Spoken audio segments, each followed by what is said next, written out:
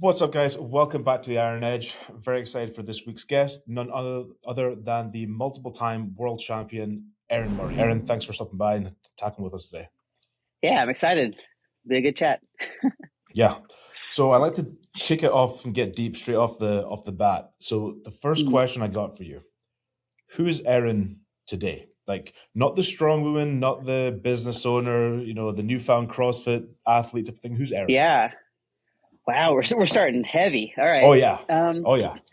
that's a hard question because I'm figuring it out. I think for a long time there, I didn't know. I really was just an athlete, and Mhm. it's cool and exciting and kind of scary. I feel like I'm finally, probably in the last year or two, at a point where I'm kind of trying to figure out who I am outside of all that. But I think recently I've really been embracing like being someone who's open to trying new experiences.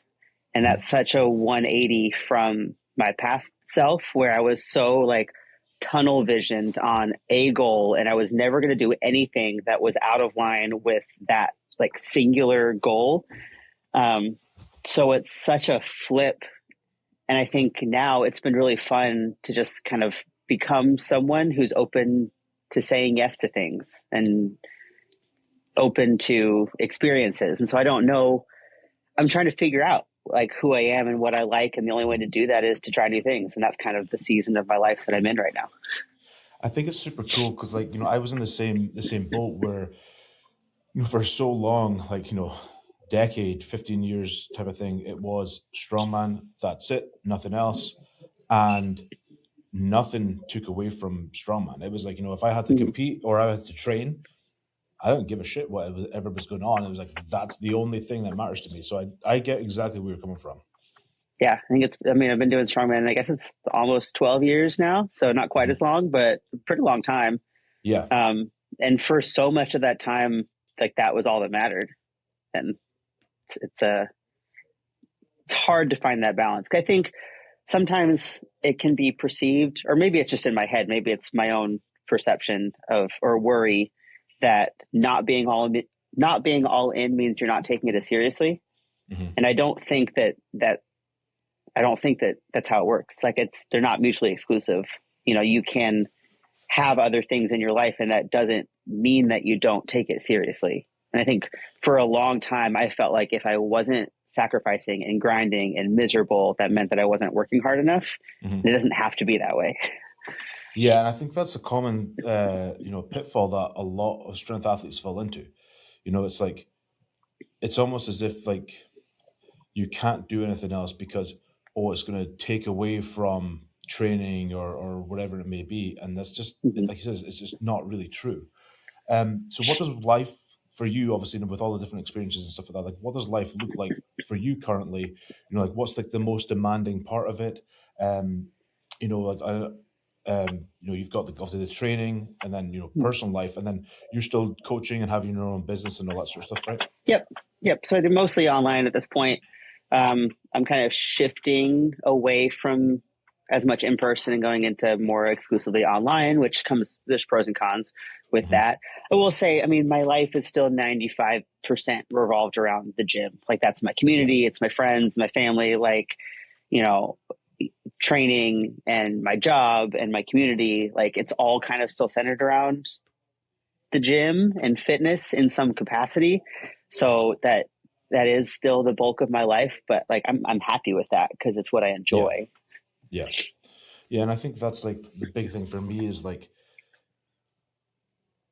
it's trying to find that balance point, where it's a Mm-hmm. case of you have like this the gym side of it, and then everything else should, or not everything else should, but like every single part of life should sort of, what's the word? It should build other parts, if that makes any sense. Yeah, like so, like complement each other. Thank you. Yeah, that was the Yeah, word. yeah, I was like, I'm missing yeah. a word. I don't know what it is.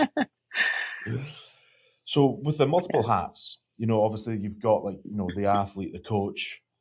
Mm. Where where do you find the balance? Like how do you balance your days with work, with life, training, and all that sort of stuff? I'll admit, not always well. um, Yeah. I'd love to have a great answer for that, but I don't always do a good job. I think especially, I mean, social media is a job. I'm sure Mhm. you know that Yep. like, my job is as a coach is like to my athletes and programming and doing video reviews and all that stuff. But there's so much part of the job of being an athlete nowadays, especially if you want, sponsorships and, Mhm. the financial support that comes, with being an athlete. Like the job entails more than just being an athlete nowadays. Yeah. Like that's not the job is more than that. And so I will admit that I've been having a hard time finding that balance between like my training and who I am as an athlete, and then like my work as a coach, and then like social media, which never turns off. Like that's Yeah. No. it's like a 24/7. Like even when I'm not like actively working on something, it's always there, and it's always like in the back of my head, and like it feels kind of silly at this point in my life, but I'm just like, there's so much in my head going on with like content creation and responding to people. And like, um, so to answer your question, I'm actually doing a piss poor job of balancing everything right now. So I'm figuring it out. Like, this is all new to me, like, Mhm. new in the sense that I'm prioritizing things in different ways. And part of that right now is embracing the athlete part of the job that's separate from just training and being an athlete. And um, I'll admit it's been hard to balance. Yeah, and that's the thing. Like, are you finding that to have a balance in terms of like between the coach side of you and then the athlete side of you, like h- how do you do it? Because it's like obviously like having there's certain things that click with a coach and approaching that coaching mindset that doesn't necessarily translate to the athlete stuff. Have you found that it got better when you sort of moved more towards the online stuff because you can maybe segment it a little bit better?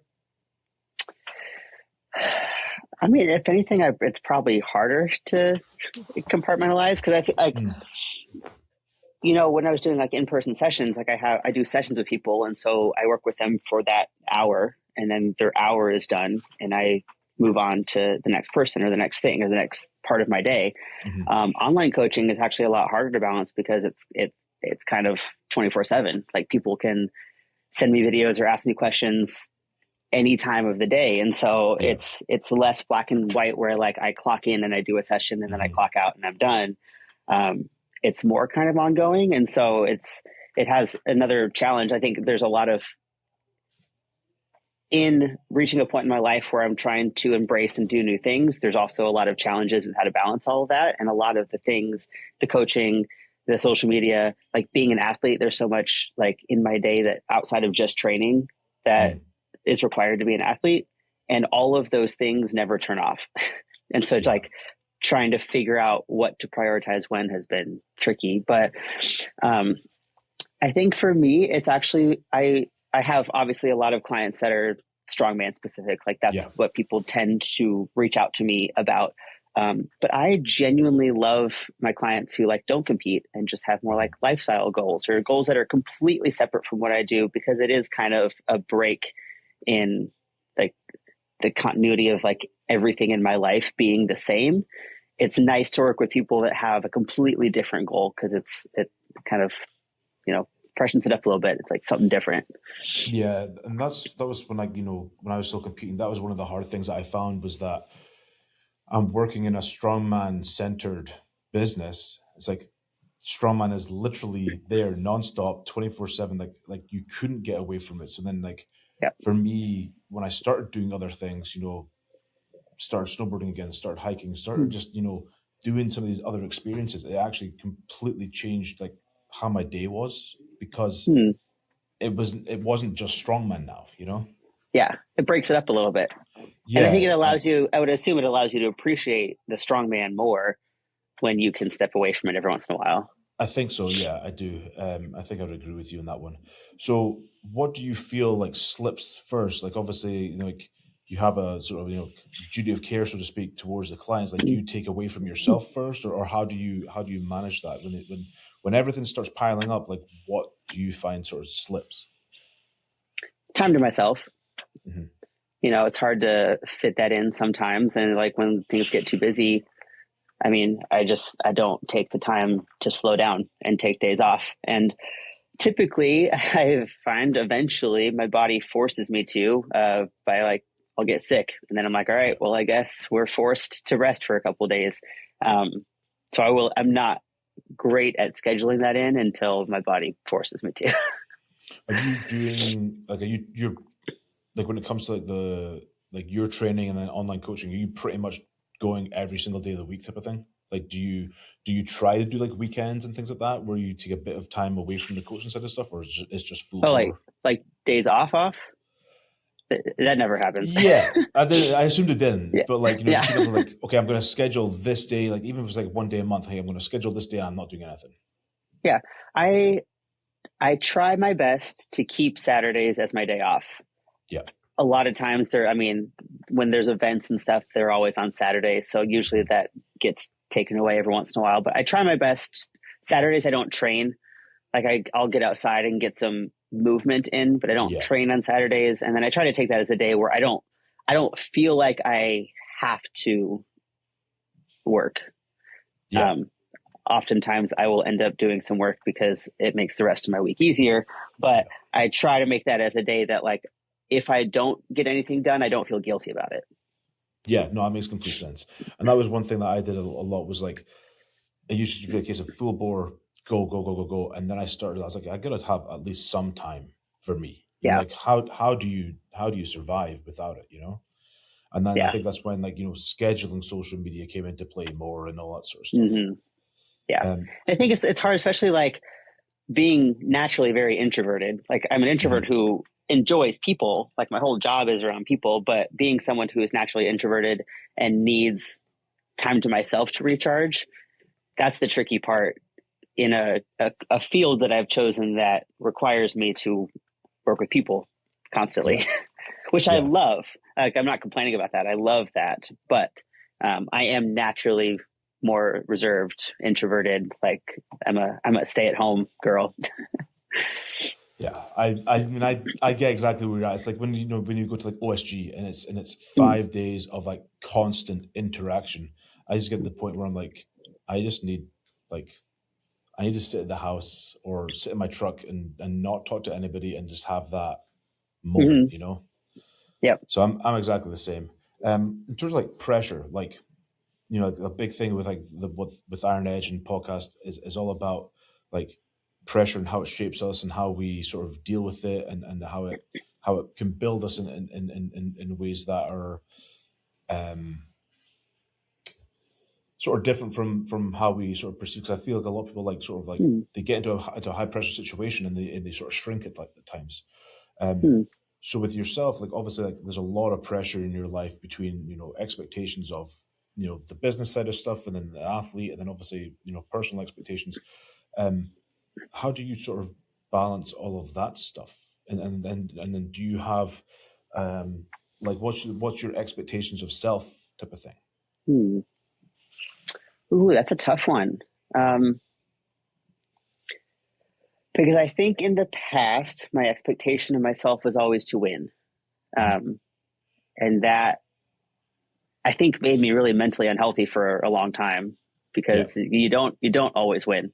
yeah, Um, I think right now, honestly, it's kind of weird to say. I think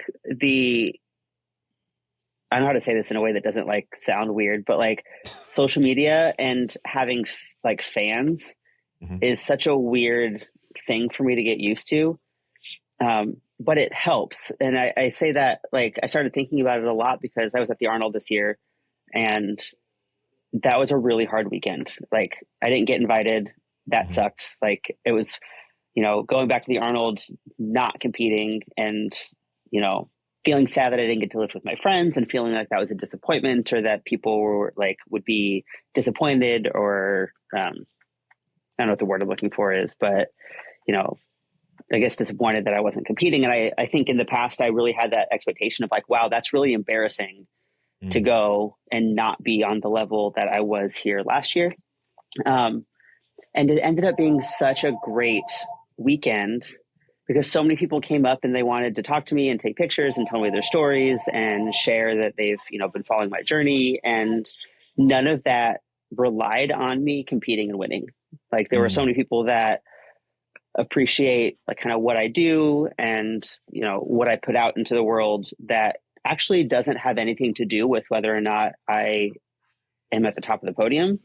Yeah. And that was a really cool thing to kind of sit with and realize that I've been able to make an impact on people's lives in a positive way, even if I'm not winning shows. And I think that kind of took some of that pressure off.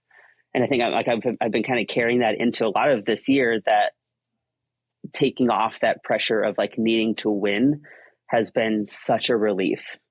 And so like, there's obviously a lot of things in my life that are stressful. Yeah.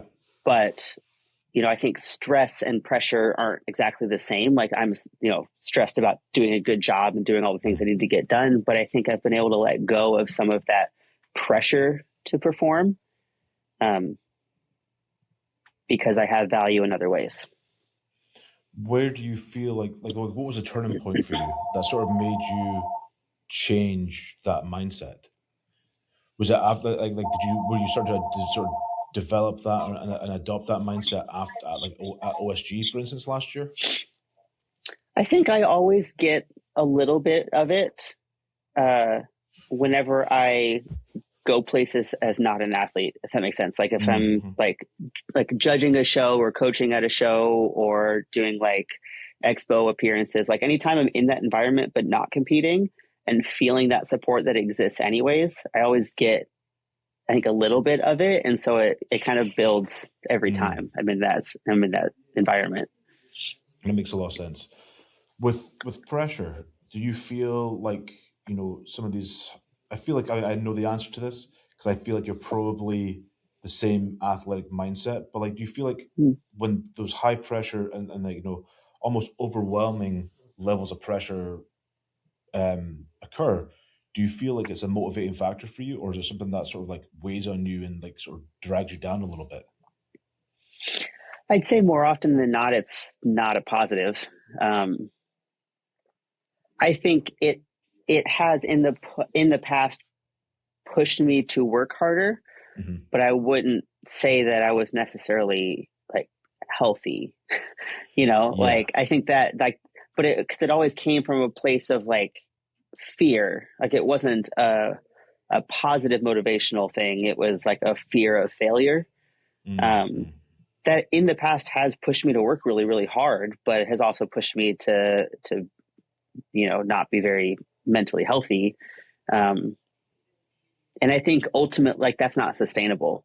It got to a point where like I was doing well, but I hated training and like I was miserable through the whole process. And if I didn't fix that, I probably still wouldn't be competing. Like eventually, like I don't think if I kept hating it, I would have eventually stopped.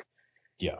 And so like letting go of that has been really important for like, not for short-term success, but for the longevity of my career. Letting go of that was important. Yeah.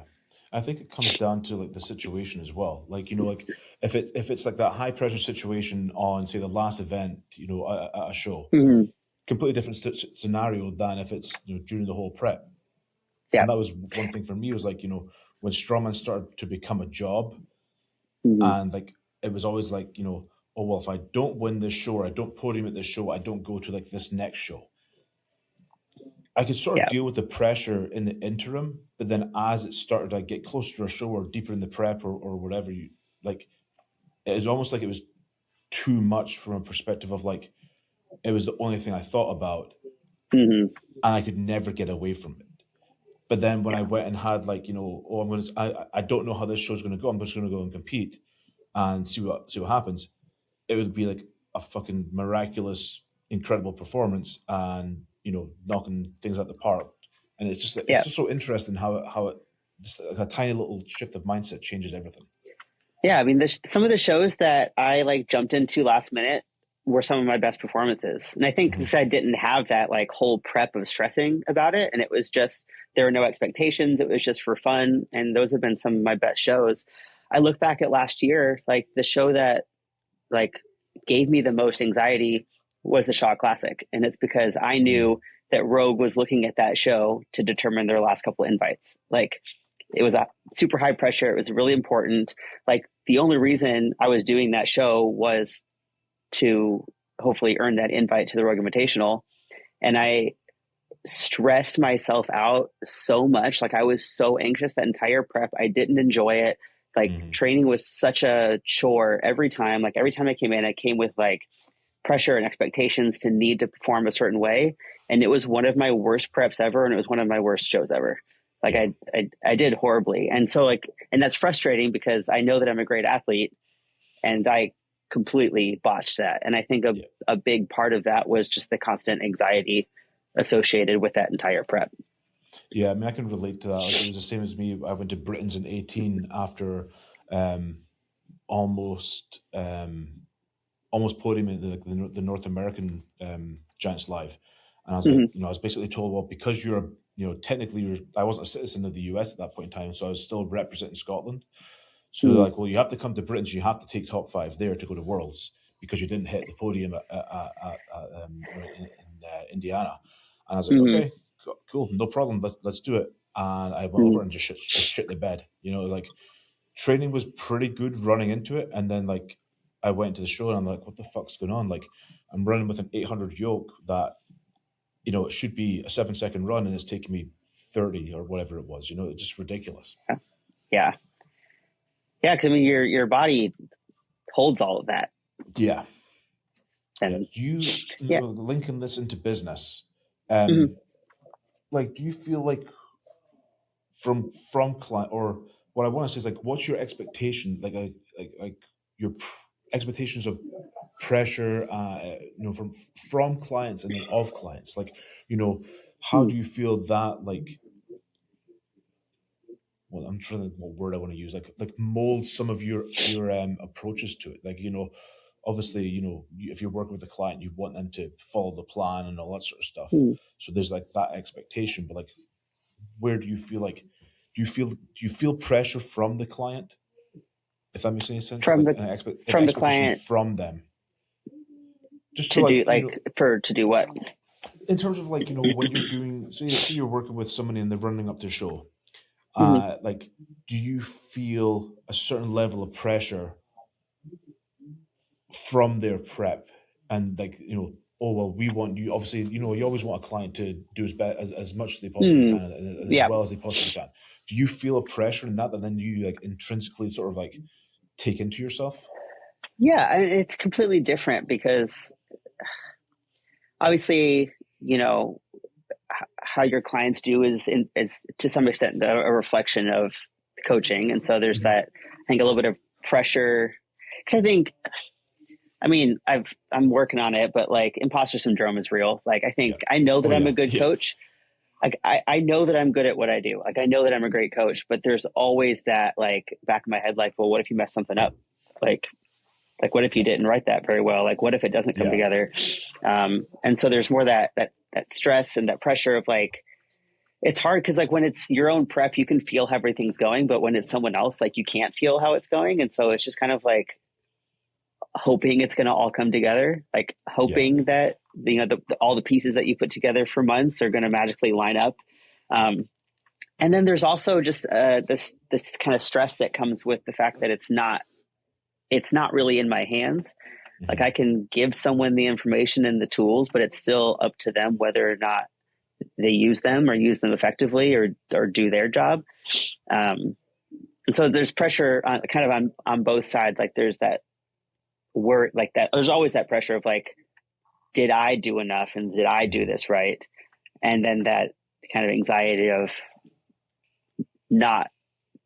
especially with online coaching, like not knowing exactly how it's going and not being there for the process and just hoping that someone's doing what they're supposed to do. Almost hoping like the feedback you're getting is accurate, type of thing. Yeah.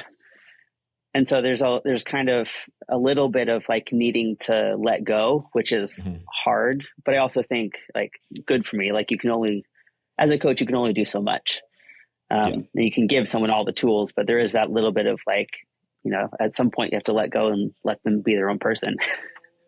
Yeah, and then with the feedback, like, is there certain things that you sort of not prescribe, but like how do you ensure that the feedback you're getting from an athlete is accurate? Like one of the things that I always Mhm. struggled with was when I was working with different coaches was like, oh, here's your RPE, and I was like, fuck is that? You know, and it took me a Mhm. long time to like actually sort of figure out that, or even like, I was working with someone recently where they're like, what was your stress level this week? And I said like a 4 because it was like, what? I'm like, it's nothing, like whatever. And they're like, that's Yeah, really high. I want it to be a 1. I was like, oh, I was like, I it's feel never a pretty one. like, yeah, I was like, I feel actually really not stressed, but Yeah. there's still all this other stuff in the background. So how do you ensure that's accurate so then you can do your job to the best of your ability? I mean, some of it's like obvious answer is like watching videos. I think you can tell a lot more from people's videos than just like their technique. Like you can see someone's body language if they're having Hmm. fun. There's more that you can see in people like clients, lifting videos than just their lifts. I always tell people when I do a consult with them at first, like I set those expectations of like an online coach relationship requires more work on the client's Hmm. part, like sending videos and notes and feedback. And like we kind of go over those expectations initially to kind of gauge whether or not like they are able to take on that extra work because it is more work on the client's part. Yeah. Um, I think a really, really important one is client retention that like, and it seems silly, but I feel like there's so many coaches that are always they're more worried about getting new clients than they are about retaining the ones that they have. And you learn people. Like I have clients that I've been with for 5 or 6 years that like I can tell if they're bullshitting me. Like, Yeah. just because I know them well. And I think that's super important. Like it's really hard with a brand new person to tell if they're being honest with you, but I can tell when people are being honest with me if I've known them for 5 or 6 years. Yeah. Um, and then a really, really important one for me is FaceTime calls. Um, I have a day blocked off every week where I can do calls with my clients. They can sign up every week if they want, but everyone's required to sign up at least once a month so that we actually have a FaceTime call where like it's not just a check-in. Like I can see your face and I can see Yeah. how you like your facial expressions and how you're responding to things. And like you can't see how someone's feeling through text. And so that's really important to me is actually having FaceTime with my clients. That's interesting. Like, first off, you're the first person that I've spoken to that's actually like, said it comes down like when you're watching those videos, it's not just technique. You're looking Mm-hmm. how they approach the bar, how they, body language and all that sort of stuff. Like, because like you said, you can tell, like, you can tell that someone's confident when they approach a bar or not. Mm-hmm. Yeah. And it can say a lot about like, you can tell if someone's upset, like, was there something Hmm. stressful going on that day that you didn't tell me about? Because I can tell that you're upset in your videos, or like, are you really like happy? And like those things are equally important in assessing how or why someone's training is going the way that it is. Yeah, and I feel like touching on the FaceTime topic, like I feel like probably a good amount of coaches that do that, but I don't think it's that. Maybe I'm wrong, and it's been a long time Mm-hmm. since I've been involved with coaching from a actual training standpoint. But I feel like that's not that typical. It's like here's your report.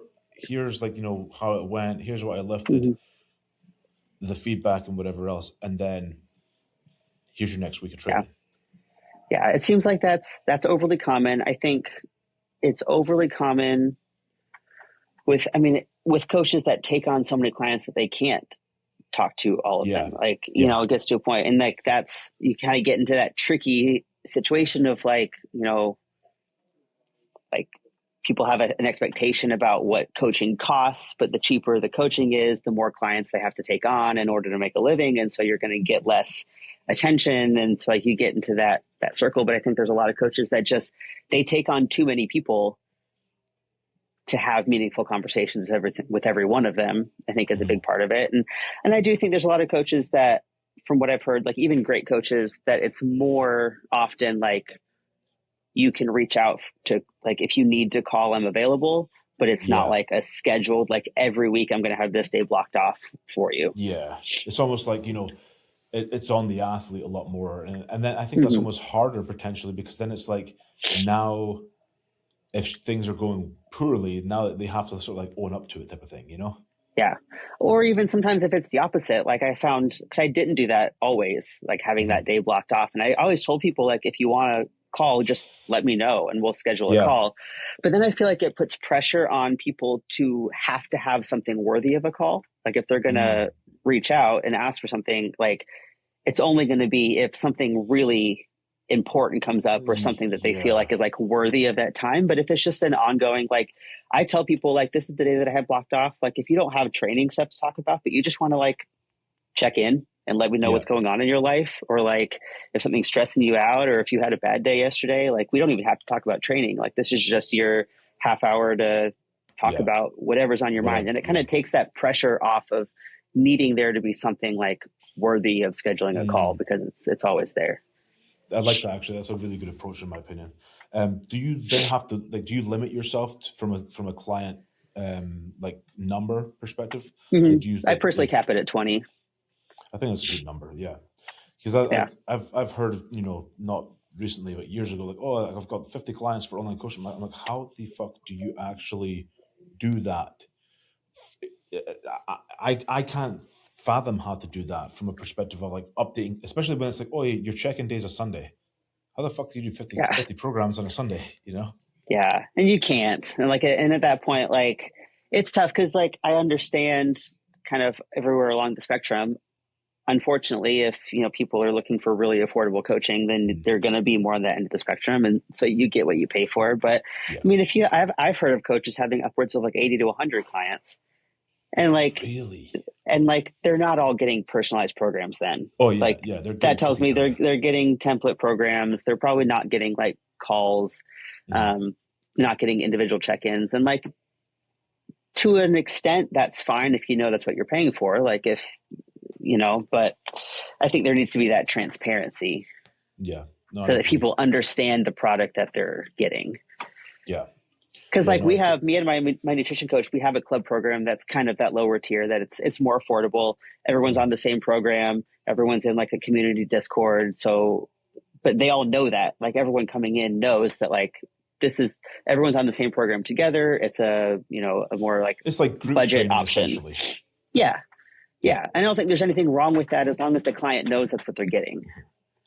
Yeah, I fully agree. As long, like you said, as long as you know, hey, I'm spending X amount of dollars for X product, that's it. Mhm. You know. Yeah. Um. So daily, like standards.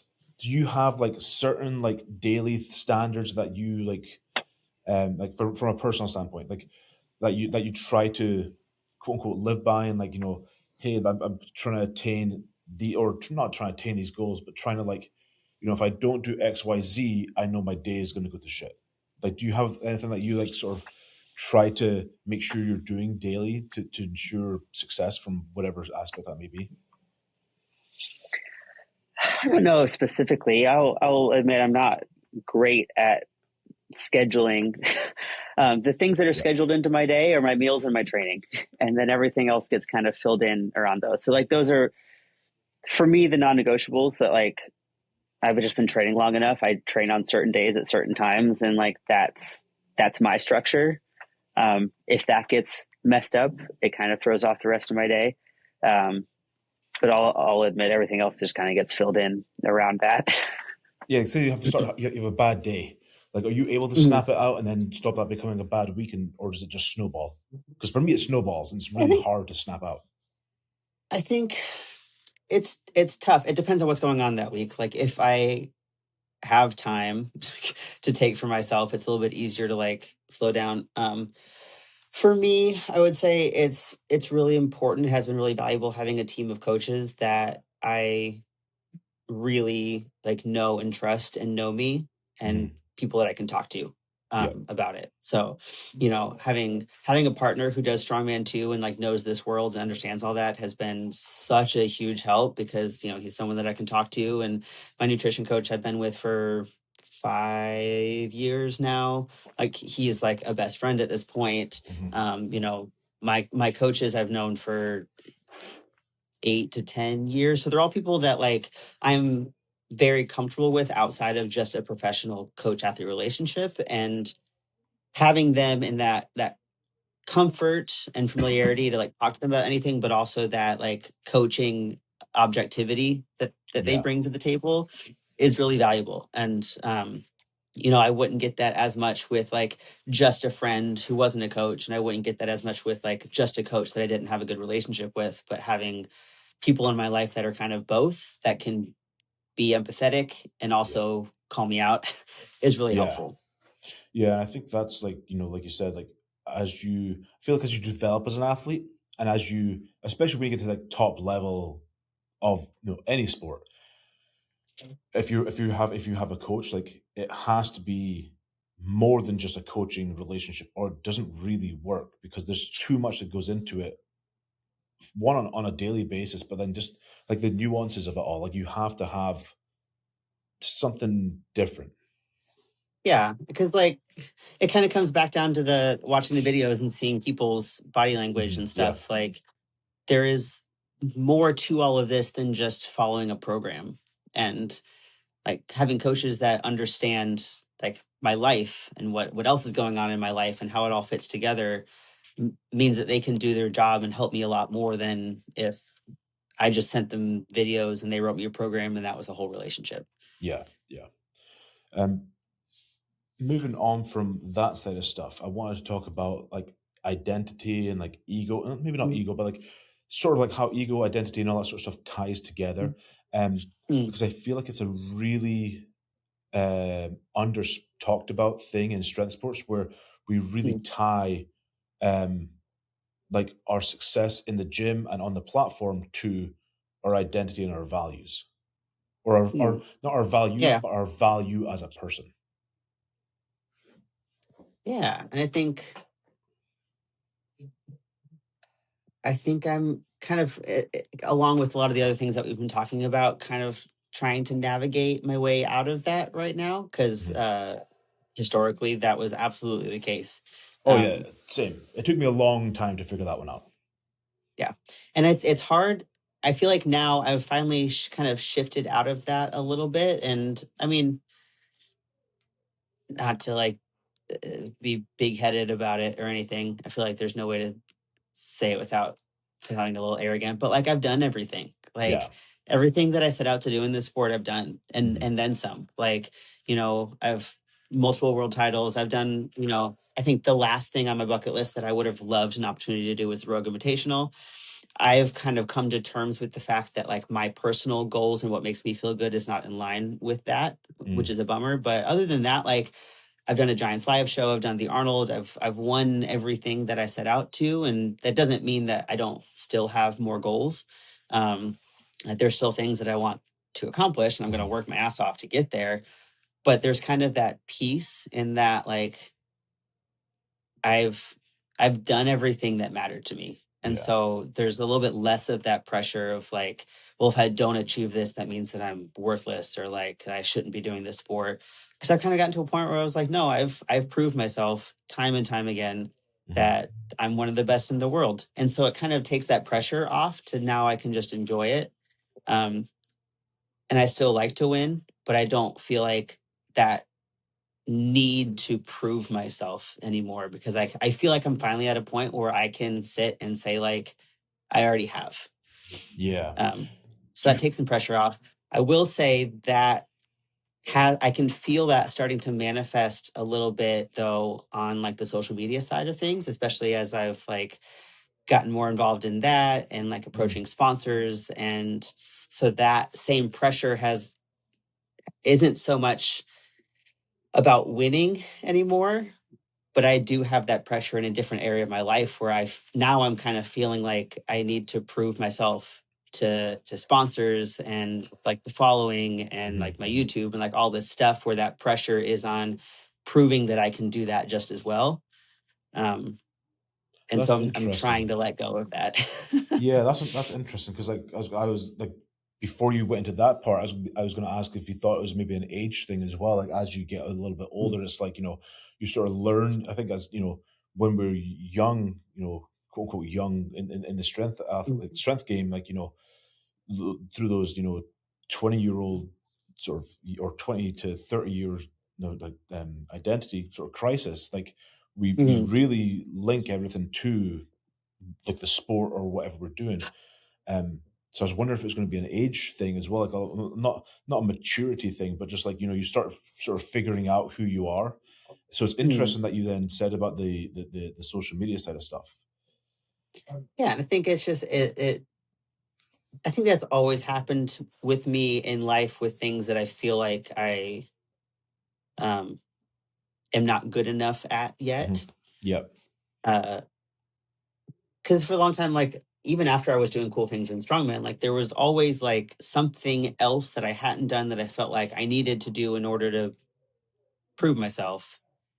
And now I'm at a point where like I can confidently say I'm good at this. Yeah. Yeah. And so now I have another thing in my life that I do think I'm good at it, but I'm not where I want to be. Hmm. And so there's always that pressure of like continually like needing to perform until I get to that point. And I don't know, like when I started strongman, I didn't know what that end goal looked like. I didn't know what that the finish Mm. line was where I could say, okay, I'm good at this and I deserve to be here.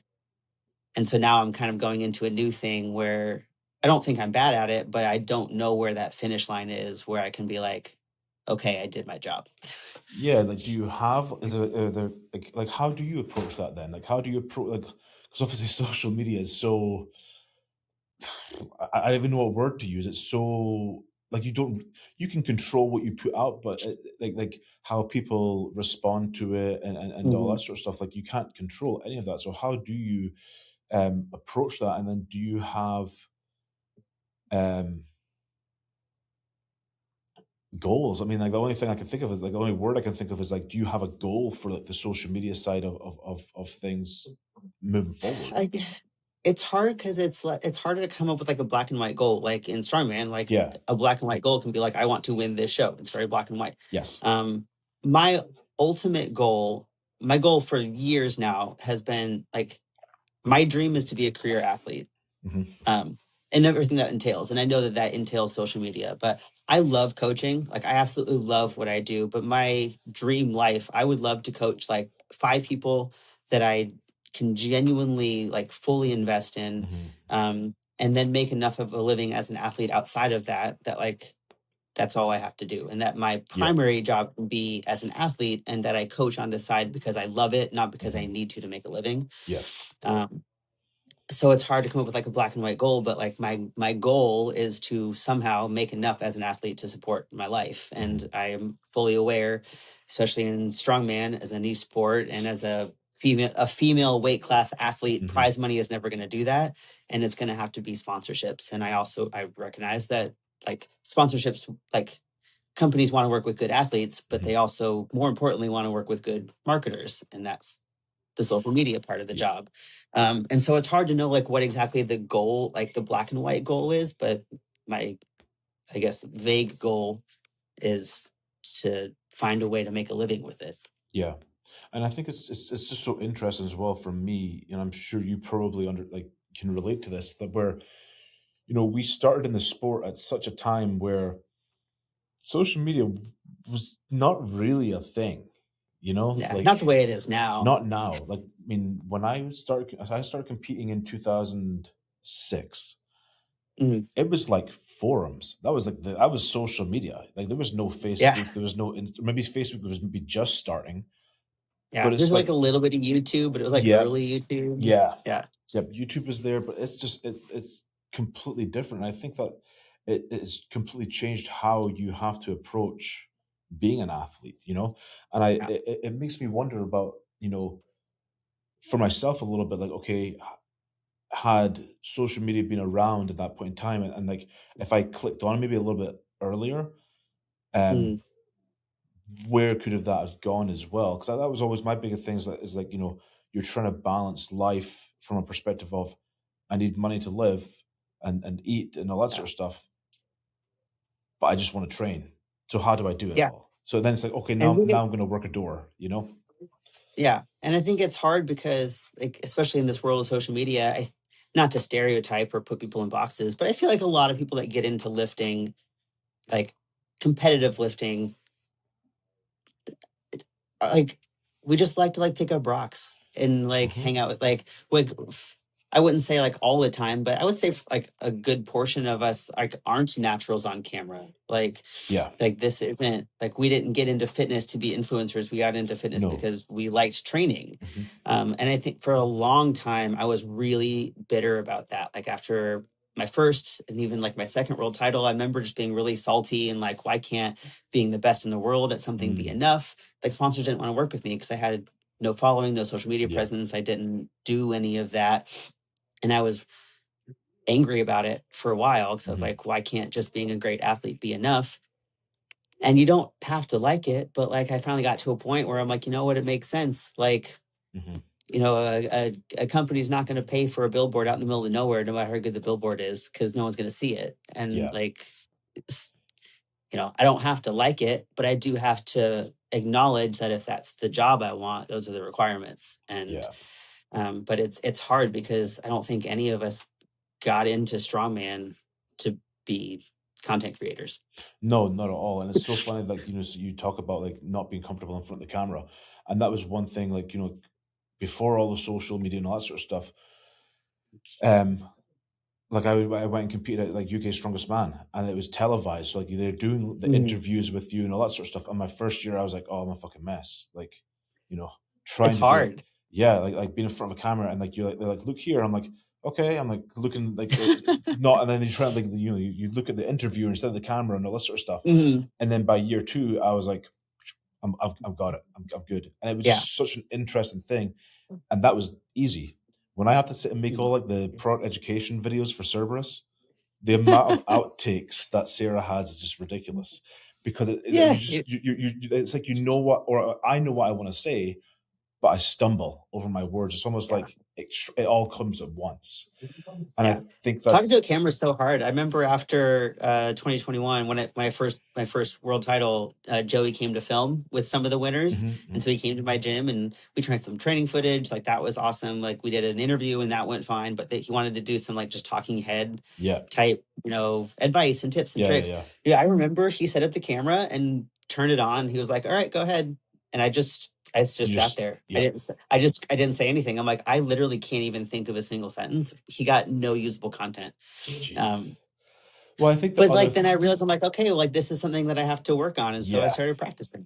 well, I think the other part of it as well is that um, and this is something that it finally clicked with me a while ago, is that there's so many things in strongman or training or life that just becomes like second nature and you don't think about Mhm. it, that it's almost like it's not important. So like, it's like, oh, we're going to make a video on how to lift an atlas stone.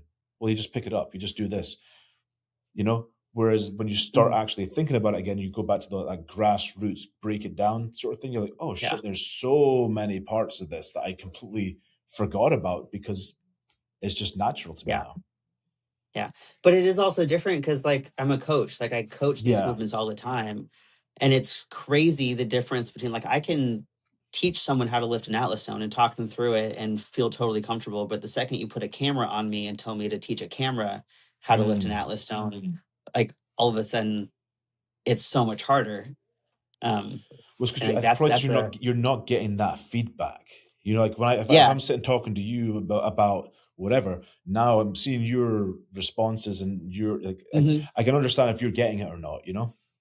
Yeah, and so it's hard. Like, say I do a lot of it now because I make myself do it for social Mhm. media, and like talking to a camera is so hard. And it's like I almost have to like fake responses in my head, like pretend I'm talking to someone, and Mm. like pretend how they would react, so I feel like I'm having a conversation. Because like talking to yourself is hard.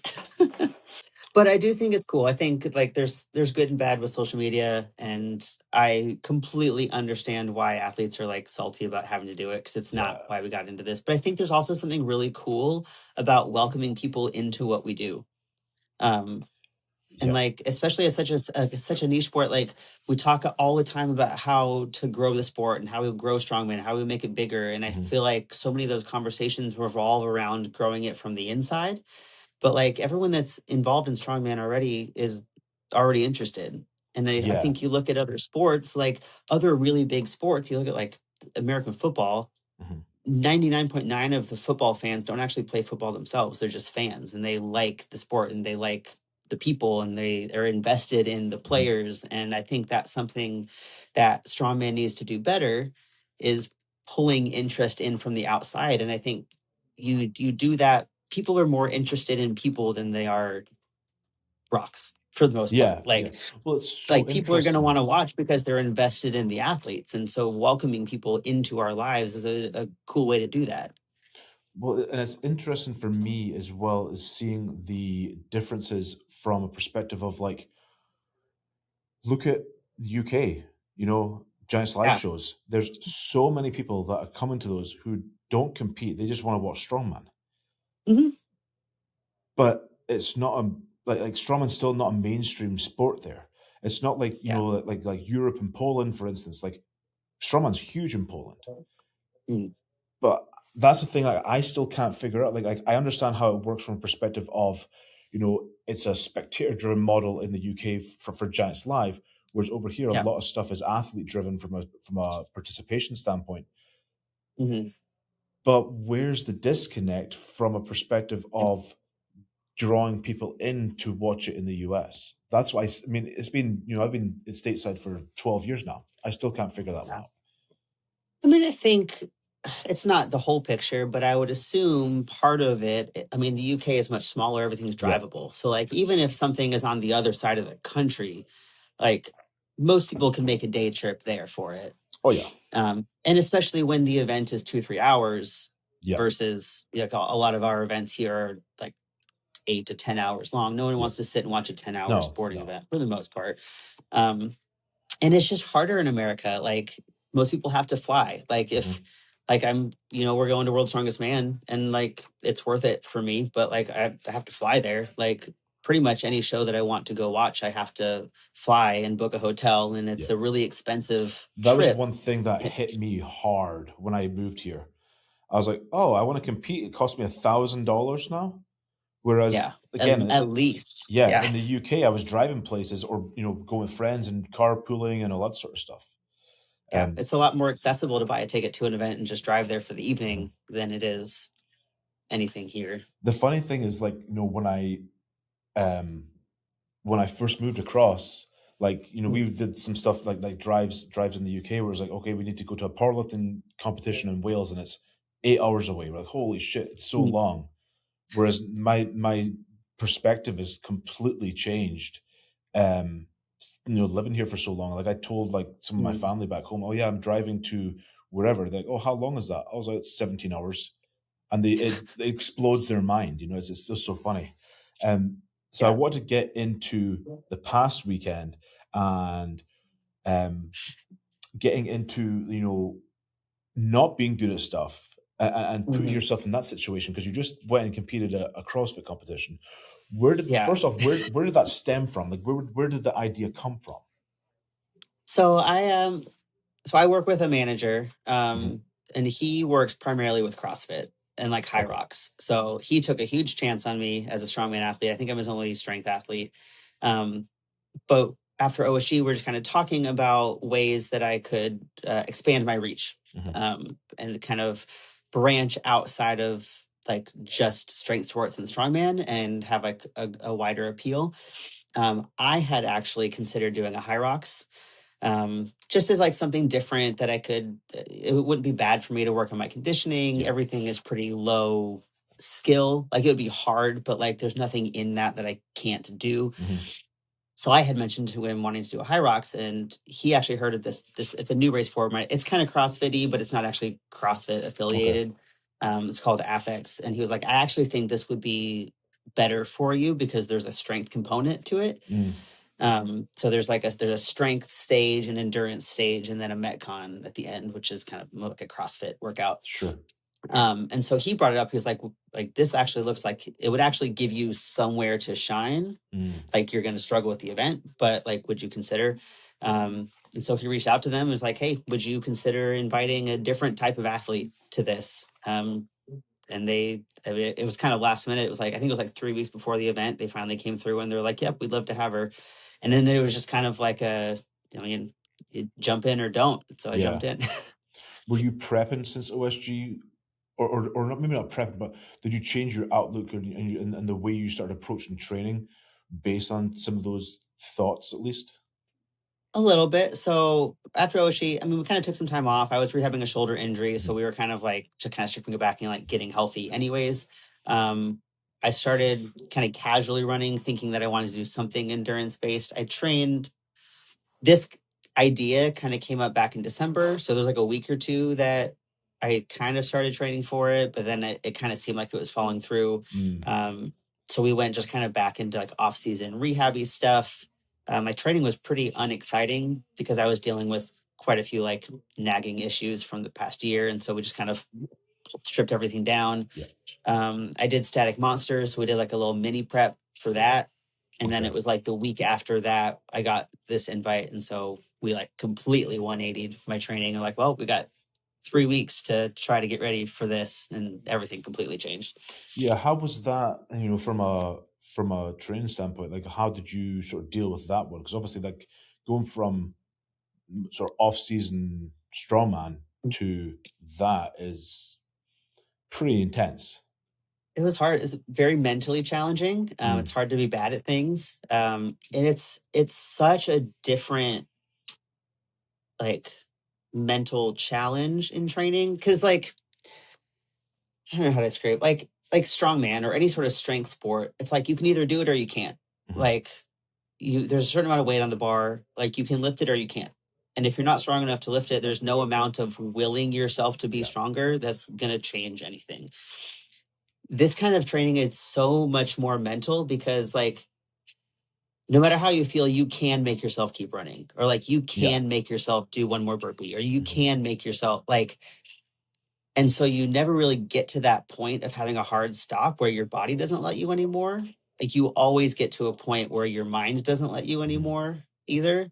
And that was a really hard, like mental switch. And it was like, it was a fun challenge, but a lot of my training day, like I cried a lot. Like there were a lot of sessions that I just Mm. like had a complete meltdown afterwards. I think my nervous system was completely fried because it was never used to pushing that far. Yeah. Um, It's so and interesting that you raised the mental thing. 'Cause I have like a board here. I keep looking here because I've got a board here right now. yeah, The question and like my next question was, did it expose anything to you mentally, not physically, that you weren't expecting? Mhm. Yeah, and I think that's the biggest thing is like I I I fancy myself a pretty hard worker. Like I train hard, Mhm. um, but we don't really ever get to that point in strongman. Like every once in a while, we might have like a max distance carry or Yeah. something where you have to get like gritty, but still, like you get to a point where your body fails. Like no matter how mentally tough you are, like I can grit through a max distance something for a while, but like at some point, like my hamstrings are going to seize up, Yeah. or like I'm it's just going to drop. It's just so Um, different. Like we're training to complete something as fast as possible. And even like okay, we're mhm, going to get 75 seconds for reps. You're not typically going to go for 75 seconds. So like yeah, yeah, I know exactly where you're coming from. yeah, and so like these events, like the Metcon took me almost 20 minutes, and it was like max effort for 20 minutes, Yeah. which we never do. And that was one of the hardest things I've ever done. And it's just like they're completely different energy systems. Like my body is just not Yeah. adapted to be able to do that. Um, but I am excited to go back to strongman training now with kind of a different mentality and a Mm. different appreciation for how hard I can push myself before I actually can't do something anymore. Was there any like mental techniques or anything that you used during the prep to like sort of try to like change your mindset in that quick sort of turnaround? I went as much as I could have. Hmm. I was honestly, I was kind of just in like panic mode with having such a short prep. Um, Talking to like friends of mine that do endurance sports, they really encouraged me to mentally go somewhere else. I feel like in Mm. strongman, it's so much about being present and like really feeling like in like a heavy deadlift, you have to be really present with your body Yeah. and how things feel.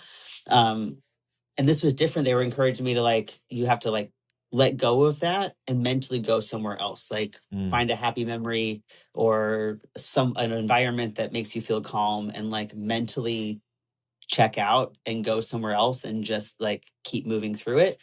Um, which is a hard one for me because I feel like I've spent so many years training to be present with my body that it was hard to like intentionally try to ignore how I was feeling. It's funny because of how strongman's changed over the years as well. Like, I'm dating myself, but like back in the day, back in my day, we had like a lot of car deadlift holds where it was like, Mm, you're just yeah. doing a car deadlift and you're just standing, like no straps, and you're just standing grip event. And that was one of the things that was, for me, like it was like I learned in my career to like be able to switch off, be able Mm, to like just stand there and be like, okay, where am I today? Because I ain't yeah. here right now. Where am I? Like, how do I keep it sort of together and just Yeah. completely dissociate? And it's not the Yeah. And I same guess nowadays. no, it's not as much. I guess the most recent one that I guess would be like that for me was the wrecking ball hold that they had at Yeah, OSG yeah, recently yeah. was kind of like that. I remember just I had a song on repeat in my head. Um, was how I got through that one. But it's hard. I can't visualize. Like, I don't know, like some like Really? Okay. I guess that's a thing, but not super common that like I can't imagine things and actually have a visual. And so those like techniques of like, imagine you're at a beach or Yeah, yeah, something and yeah. like see the waves and like I can't. I don't have any sort of like visual imagination. Um, so I'll usually gravitate towards something like playing a song in my head over and over or something like that That's interesting instead. because that was like visualization was such a massive part of like my approach to stuff was like more so stuff like medleys and things like that. Mm, I remember when I won Scotland's Strongest Man, we had a four-part medley, so it was like two sandbags and two kegs, and we knew the events 3 4 months, if not longer, in yeah. advance. And I was like, every night I would play the event through, or play the competition and, Mm, and play that event through my head, and be like, okay, if I drop X implement, how do I mm, recover from that as quickly as possible? So it's so interesting to meet someone who's sort of like yeah. not able to do that. Yeah, it's like 'cause I can go through events and kind of go through checklists and think about how things are going to feel and like what could go right, what could go wrong, and Yeah. I can go through that whole checklist of how I want an event to go, Mhm. how it might go wrong, but there's no like visual there That's interesting. to go with it. Weird. Okay. So that I feel that so- I feel advice of bad saying weird.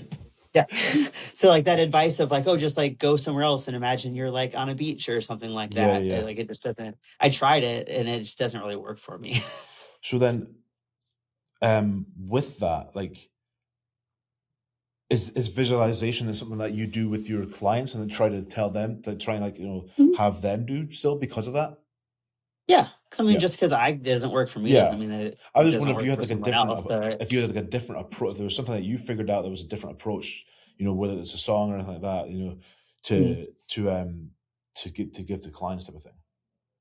yeah, no, I usually it's funny because like I'll talk them through how to do it in how I suspect it's Mm, works for most people. Um, but it's like everyone has a really like unique personal way of how they do that. So I can like 100%. talk to them about like these are the types of things that you should kind of be going through in Hmm. your head. But I also I feel like most people probably have their own way of going about that, whether it's more like imagine like visualizing like a visual stimulus versus a feeling versus I've talked to some people where it's like hearing the crowd cheer is as part of their visualization. So I don't think it's all just visual anyways. No, I don't think it is. I think there's so many different. I mean, let's be honest. Like we're multi sense creatures. So it's like there's so many parts of it, and it's like I think say you take it into like those old car deadlift holds. Mm, Cool, yeah, I'm dissociating and I'm trying to think that I'm somewhere else. But eventually, you get brought back to reality, and it's like, oh shit, yeah. like my hands are burning now. Hmm. And then so it was almost like you need to find something else to will yourself, and that's like Yeah. again the crowd or Mhm. whatever. Yeah.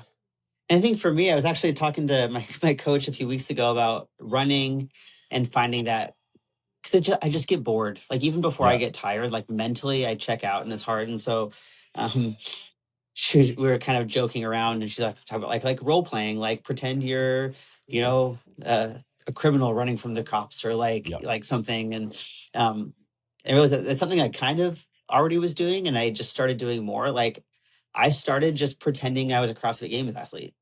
Like every time Mm. I trained, like every time I went for a run, like in the competition, no matter how slow I was going, like I just decided that like I am a CrossFit Games athlete. Like I'm Daniel Brandon or something. And I just like imagine like when I'm running on a treadmill, I'll get the TVs with like Yeah. I'll just leave it off so I can see my reflection, and I'll like Mm. pretend I'm watching myself on TV as a games athlete, and it like It's changes interesting. my outlook a little Well, bit. I think it changes your outlook, but then it also changes, um,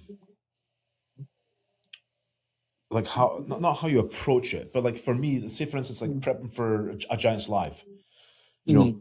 you know that Colin's going to be the one there, being like, athlete ready, or take your Yeah. position, athlete ready, go type of thing. I remember training, yoke before Britain's in my gym out in Washington, and just by myself, music playing, and I'd get under the yoke, and it'd be like you'd play it in your head, and it's like Yeah. trying to click into that sort of mental space of what's it going to be like on the day. Yeah. Yeah. And then How? I think if you imagine the arena and the lights and the Mhm, stage, yep. and then you just decide that you are the athlete that you're trying to be, you become that. Yeah. You Yeah. know, like if, no matter how slow I was running, if I just told myself like if I just told myself I was crushing it, I would do better. Like even if I wasn't, but if I just like decided like I am a hybrid athlete now and I am a runner, and it improved. I mean, I'm still shit at running, but it was a lot easier to get through what I needed to get through if I just decided, instead of going into it thinking like I suck at running and this is going to be horrible, Yeah. going into it saying like I'm a runner and I'm going to go do my workout today. Mm. Like it was just a mentality change that was a lot more positive. Talking of that, because I have a thing here about like coaching versus doing. Um, Mhm. do you find that you give advice better than you follow it? Like, was Yes. that a hard thing for you to like click into versus like, you're being told to do this? Was it hard to actually follow through and get it to click into? Oh, for sure. And I think that that's one of the biggest reasons why everyone should have a coach. Like coaches should have coaches, Hmm. because like I can't always trust myself to give myself the best advice. Like I know that I'm good at giving advice because give it to my clients all the Hmm. time, but that's why I have a team of people who tell me what to do, because I don't think anyone's good at being objective with themselves. Yeah, and I think the other issue, especially high level athlete, is you get to that point where like, oh well, I really enjoy doing X event. I should Mhm. do this event, but you know what? I'm just going to do this one. It'll Yeah. carry over. I'm like, well, maybe, but not really. No Um, one can be objective with themselves. no, I don't think so. Is that something that you try and sort of impart on your clients as well? Is like being able to maybe try and be a little bit more objective with themselves versus, so many people have the outlook of like, I'm doing a Mm. fucking awesome job. So how do Yeah. you then change some of those like mindsets where you're like, are you really being truthful with yourself? Yeah. I think it really depends on the client and what their goals are. Because, if I have a client who's like, I want to win OSU this year, then yeah, I'm going to have some harder conversations with them if things aren't going well or if Hmm. they're not on track to reach that goal. Like there needs to be a little bit more tough love there. If someone has like a black Yeah. and white goal, like I want to achieve this thing, and if they're not on the path to achieve that, like that's my job to step in and have that honest conversation. But like I also have clients that like they just want to feel better, and they Yeah. just want to like feel healthy. They want to move better. And I actually I had to learn to let go of that. So I have a couple more in-person clients that I've just worked with for a long time. And, Hmm. like I have some people that don't make great progress, and, they don't do everything that they're supposed to do. But the reason they work with me isn't because they're trying to, achieve, they're not trying to compete. They don't have, like lifting goals. Like they just want to feel better about themselves. Yeah. And so if I go and I meet with them and I'm like, how do you feel like things are going? They're like, I feel awesome. Like my body doesn't hurt. Like I feel like I move better. Like I'm so happy with the progress that we're making. even if we're not really making objective progress, but they feel better and that was their goal anyways, like that's not on me to be like, well, actually, you could be doing a better job. Yeah. It just depends. Like if they are getting out of it what they genuinely needed to, Hmm. then I don't feel like it's on me to shit on that. I feel agree with you, and that's the thing. Like, I think, like, I think our view is skewed somewhat, Mm. because it's such a black and white, you know, outcome type of thing. It's Yeah. it's a win or not type of thing. Um, but that's not typically normal population outlook. You Yeah. know, And I um, and I it's not our job to impose our goals onto other people. what I was going to say was like, I remember, what was I doing? I was driving home from somewhere, and my wife had friends over. Mm. Um, and for whatever reason, my head went to them. Oh, like them asking me a question, or oh, you know what it was? It was stupid. I was driving home, and I realized that I'd ran out of the Relight electrolyte powder, and Mhm. I was like, I was driving home from Vermont, so I'd went and snowboarded for the day, and because Mm. I'd won a free lift ticket, so I was like, oh, it's $200 Mm. like value. I'm gonna go and use it. I'm not stopping all day. Like, I didn't stop to Mhm. pee, I didn't stop to eat. Like, I snowboarded from 9 a.m. to 4 p.m. nonstop. And Yeah, take driving back, advantage of that. yeah, I was like, I'm super dehydrated. I was like, oh shit, I don't have any of that Relight powder. I was like, I'm just going to add salt to this big jug. So I Mhm. get home, and like, for whatever reason, it's so stupid. I was expecting to be like, Ken, what the fuck are you doing? That's disgusting. And my head went to like, and I was just having a talk with one of the guys I know, who's been Mm. in strongman for a long time too, and we were talking about like the younger athlete, and like how, like what we would have done back in the day. And he's Mm. like, he goes, dude, if you had told me that I had to eat 4 ounces of dog shit at every single meal to get better, I would have done it. And I'm like, that was literally Yeah. like what I was going to tell my wife's friends. And I'm like, they must think I'm Yeah. like some fucking psychopath. But that's just like, I feel like that's a massive, or at least old, maybe not nowadays, but Mhm. older school strength athletes. It was like, fuck it. It doesn't matter what it is. I'm going to do Yeah, you do whatever it whatever it takes. takes. And that's, the more I realize that that's not normal, the more I'm like, oh Mm. shit, okay. And then I think that's with age, and then understanding that that's not a normal outlook, you stop being judgmental. Because a lot of people, Yeah. like, I've got a membership to Planet Fitness because it's literally 2 minutes from the house. Mm. I can go, and if I just need to train, or if I need to work out, I can go and Mhm. I can have a good session. And you look around, you're like, man, what the fuck's going on in here? But so many people in there, they're there to move and feel better physically Yeah. versus compete. And I think that took me a long time and a bit of maturity to actually figure out. Yeah, because I mean, everyone in there is not sitting on the couch. Like they're all doing more than nothing. Exactly. And I think it's made me sad for a long time because like I would never encourage someone to like care about and pursue the same things that I do. Like Yeah. I'm fully aware that a lot of the things that I've achieved have not been done healthy. They have Hmm. not been done in a balanced, sustainable way. Yeah. And like I would never encourage any of my clients to do that. Yeah. Um, but so often it happened a lot more at the last like club that I worked at where I would do a consult with someone. It would go great. We would sign up. They would sign up for training. At this club, we had to wear like tracksuits, so you couldn't really like see what we looked like. Yeah. But so often I would have a great consult with someone. They would schedule with me. They would see me training in the gym the next day and then immediately cancel the session. And I think there was that misconception of like, well, I don't want to I do don't, that. yeah. Yeah. Or I don't And want I'm to like, look like her well, type of thing. yeah, like Yep. with that's fine. I'm like, it's not my job to make you have the same Mhm. goals as me. But I think there's that misconception sometimes. But like Yeah. I love working with people that have completely different goals. I have a lot of people that just want to move and feel better. And I don't take them any less seriously because of it. Yeah, no, completely. And I think um, that's the maturity side of stuff where it starts to click. You're like, because I mean, let's be honest, like even just the sport in general, not even the way like to approach training, but like this, like going and running with whatever weight of yoke. Is it really that smart? You know? For most people, no. No, you know what I mean? And it's like just being able to sort of dissociate and actually change the outlook a little bit, I think is a I think from a coaching standpoint is extremely beneficial because for me, um, my head goes to, oh, if I'm going to coach this person, then I'm going to like they need to sort of almost earn it, if that makes any sense. Mm. That was always my outlook was like, oh, like I'm gonna Yeah. like let's see how far, not how far you can push them, but Mm. there needs to be a certain level of work to achieve X goal. Um, so it's like, you know, my wife will be like, oh, I got this like class that I have to teach at, you know, at her work. I don't know what I want to do with them. It's a conditioning class. I was like, or it's a strength class, but it's more like higher reps. I was like, 20 rep squats, just fucking kill them.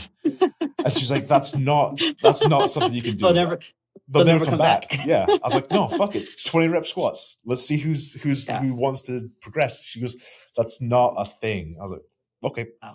And it's like And the that mindset can be a skewed. hard thing to feel out. I found like doing that initial consult with people, 9 out of 10 people, when you ask them like, what does this mean to you? Well, how much are you willing to put into this?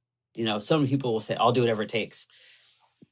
And everyone's version of do whatever it takes looks different. And so you've Yes. got to like get into that. And like that can be a hard thing at first. Cause like I have so many people that like right off the bat, they're like, I want to train 5, 6 days a week. Like this is how my life is structured. Hmm. I'll do anything you tell me to. And I've learned that like you never start someone there because 99% of the time, 2 weeks in, Well, they're fucking they're not gonna be dead. able to sustain it. Yeah. They can't sustain that. Because everyone wants to say they'll do whatever it takes, but like no one will, like myself included, like Oh yeah. anyone, like No, don't. everyone has a limit. Like no Mhm. one will literally do whatever it takes. And Yeah. so like actually talking to people and figuring out like what is actually realistic and sustainable in your life is Yeah. a tricky line to find. What like yeah, like what is everything to them, you know? Yeah. And I think it's again go to like the coaching side of stuff. It changes, I think, with the population. You know, like you have to sort of figure out, Mhm. like, you know, a strength athlete, you know, who's competing in strongman is going to be completely different mentality than, you know, some like a recreational trainer. You know, it's Yeah. like, you know, with the 20 rep squat thing, I was on like that high horse, not that high horse, but like I was stuck in that because I went and I hiked one of the local mountains earlier in the season, and Mhm. so I hiked up like 6 in the morning, hiked up, and then snowboarded down. And I was like, cool, I'll do this, and I'll go to the Cool. gym. And I get to the gym, and I'm like, oh, what am I gonna do? My wife asked me, which is what are you gonna do? I was like, I don't know, maybe I'll just see if I can hit 20 reps with 335. And she's like, what the fuck's wrong Why with you? not? I was like, I don't know. I'll just let me see. I didn't Yeah. hit it. I was fucked. But you know, it's not a normal sort of mentality. She's like, why would you even like contemplate that? I Because I would. could try. Why not? You I know, would do that's it. where my head goes. Yeah. It's like why not? Um, wrapping But back you into have, but like from my coaching, like you have clients that would see it on their program and they'd be like, hell yeah, I'm going to crush that. yes. And most people would look at that and be like, there's no fucking way. Like, and you have to know your clients. Like some people like that challenge and some people are going to be intimidated by it. Well, I also think it's the approach to it as well. So I think I did it like 3 weeks in a row, and I was like, I really want to see if I can hit this. And I think the Mm. first week I did like 9. I was like, ooh, this wasn't the plan. Like this didn't work out. And then the next week I didn't hike the mountain, and I hit like Mm. 13. I think it was. I was like, okay. But my approach to it was like, I'll do 10 non like 10 reps, and then I'll take a break. I was like, huh, Yeah. that wasn't smart. And then the week after I did doubles, and then into singles, and I hit like 17. So it's like you're not in a 3 week span. You're not getting stronger as such. You know, not No, but not you're getting not not smarter. massive. You get smarter, and it's just Yeah. changing some of those outlooks. So it's like to me, Mm. something like a 20 rep squat or a max rep deadlift or you know a sandbag max. This is sandbag carry. Obviously, sandbag's a little different from a condition standpoint, but I feel like it's still just mentality, and it's like you're Mm. figuring out. Oh well, I can actually going back to what you said about the CrossFit hybrid athlete stuff. Like, how far can I go until I really can't? You know? Yeah. Yeah. And for most people, it's farther than you think, and Yeah. Yeah, I It's think different, and that's part of the challenge of the job. Sometimes is there are some people are a lot better at tapping into that than others. is That's there a an hard thing to approach? teach. Yeah, like, is there an approach? Like, how do you teach that? Is there an approach you take to try to teach that?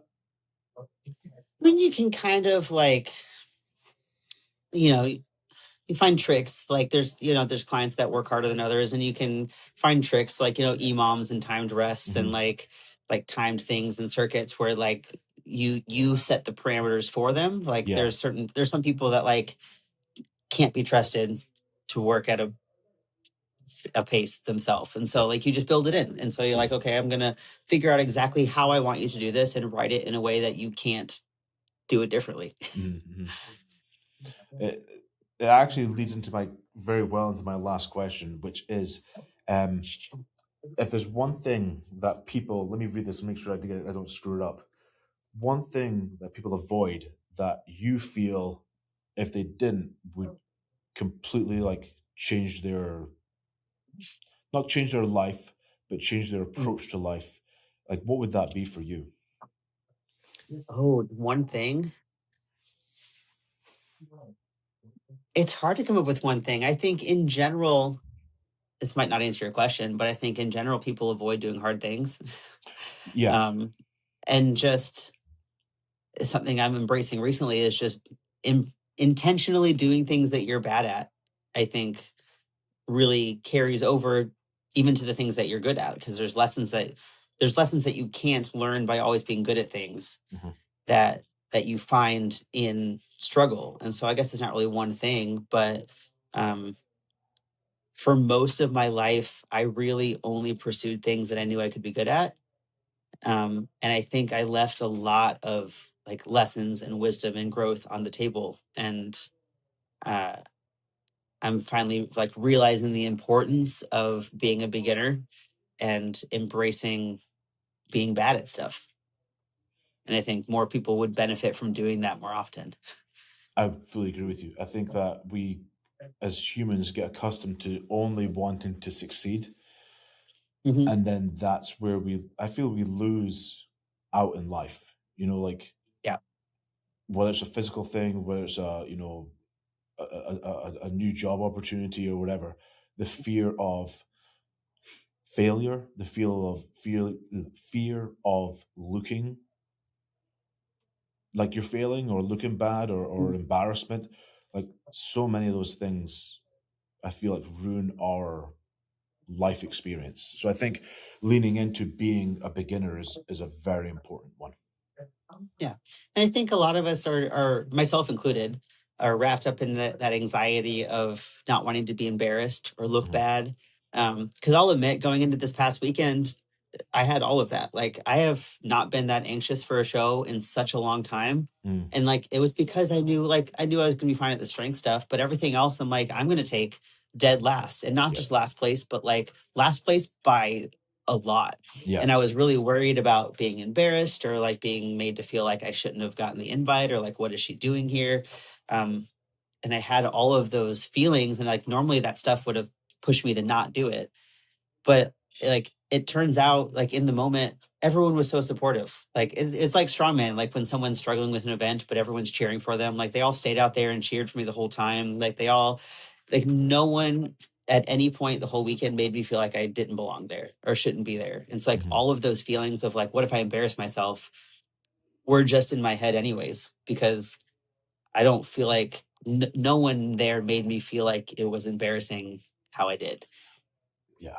Well, I think it comes back to I've seen this quote quite often recently, and it's like, we all sort of get stuck on the mentality of like, well, the like what's the worst that could happen type of thing. Like this could go wrong, and this could go wrong, and this could go wrong. But what if it goes right? Like, what's the best that can happen? And I think Yeah. that's not an outlook that many of us really tap into very often, if at all. Yeah. Yeah. I think there's not enough emphasis placed on like you said, the good that could happen. And then I think the more you put yourself in those positions, the more you realize that your worst case scenario doesn't happen. Oh yeah, yeah, Like not at all. whatever you concoct in your head is Hmm. like your worst case scenario. Like if you actually start putting yourself in those positions, you realize that most of the time the things that you're afraid of aren't even real. Yeah, yeah. But you can't ever get over that unless you put yourself in those positions to experience it. Well, and the interesting thing is, I feel like um, with that happens so often, where we almost let, or no, at least for me, this happens very often, where I will let my head run away with Hmm. the the potential worst outcome, Yeah. and I don't let myself look at the best outcome. And trying to teach yourself or coach yourself to lean into that mindset, I- I'm still trying to figure out how to actually like consistently lean into it, because I don't know how Mm, to like yeah. like you said, like if you go into into a situation, typically it's not as bad. Like the worst outcome is typically not going to happen. Yeah. But how do we coach ourselves to sort of start believing that for every situation? So then it opens the door Mm, more, and it makes us a bit more um, open or accessible within ourselves to actually go and try something new. yeah. And I think I've been trying to kind of adopt like a so what mentality that Hmm. like okay, this past weekend, like, what is my worst case scenario? Like what is the worst possible thing that could happen? I could not finish, I could pass out there, like I could embarrass myself. They could look at me like, "Oh my god, what is she doing here?" Yeah, But like then I like the next question is so what? Like yeah, does that really negatively affect my life in a big way? Like when I finish this weekend and I go home to my job and my training and my life, what impact is that going to have really in the long term outside of that one day? yeah. And so I think like acknowledging that the worst case scenario probably isn't going to happen, but then also like sitting with your anxiety and saying like, okay, if that does happen, so what? And like genuinely ask yourself, is this actually going to impact my life in the long term? Hmm. Because I feel like usually no. Yeah, unless it's some, I don't even know like what it would be, but like I, f- I would agree with you that unless it's some sort of big thing, like it's not going to hinder growth or life progression or whatever it may be. Yeah. But for whatever reason, we almost let ourselves believe that it is going to. Mhm. And I think even with big things sometimes, like yeah, sometimes the worst case scenario does suck and it does Hmm. change the trajectory of your life. Like sometimes that is a reality. Like I look back at last year and all of my anxiety around the Shaw Classic, and my worst case scenario was not getting the invite that I'd been working towards. Hmm. And in that moment, it did feel devastating. It did feel Oh like that yeah, was yeah. going to change the trajectory of my athletic career in a big way. And it did. Like and at the time that felt so devastating and like I would never get back on a path. Hmm. And now I look at what has happened since then and the opportunities that have opened up for me because I was not on that path. Like there are things that have opened up and that I'm really excited about for this year that wouldn't have happened if I had been, going a different direction. And so like even something that in the moment felt like it was changing my life in a negative way, ultimately I don't think did. And Yeah, so it's like just because it looks a certain way in the moment doesn't mean that it's bad. yeah. And I think that's like for me, that's something I definitely prescribe to. Like my biggest example of that is like losing my dad. Yeah. Obviously in the moment it's like devastating, and now it hits a little bit now because like Mm. as we were talking about like before we started, like just had a son and all that sort of stuff, and we named Yeah. him after my dad and all that sort of stuff. So it's like, man, I really wish like he could experience that and be a grandfather. But I have to sort of take myself back and remember that if all that stuff didn't happen, everything since then would be different too. So it's a really it's almost like a really hard like thing to accept, but it's the truth, Yeah. you know? So, Yeah, I don't think it's ever productive to look back on your life and like what could have been different, because what could have been different might not be as good anyways. yeah, no, and I So fully agree with you. Anyway, I will not take too much more of your time. Tell everyone that where was they a good can talk. find you. Yeah, no, it's deep, right? Yeah, it's a good one. I'm mostly on Instagram as my name, erinmurray.wsw. I'm also on YouTube. I'm getting back into some vlogging. So if you want to like actually see up close and personal with my life a little bit more, you can find that link through my Instagram, would be the easiest way. Perfect. And if anyone's looking Cool. out for coaching or anything like that, is that through Instagram the best way? Yep, it's all right there. If on my Instagram, if you go to like my bio, there's a client inquiry link there too. So pretty much everything you need to find about me is in my Instagram bio. Perfect. Well, hey, thank you so much again for coming on. I truly appreciate it. I absolutely love this. It's great. Yeah, that's fun. That's a good talk. Thank you. Awesome. Thanks, Appreciate Erin. it.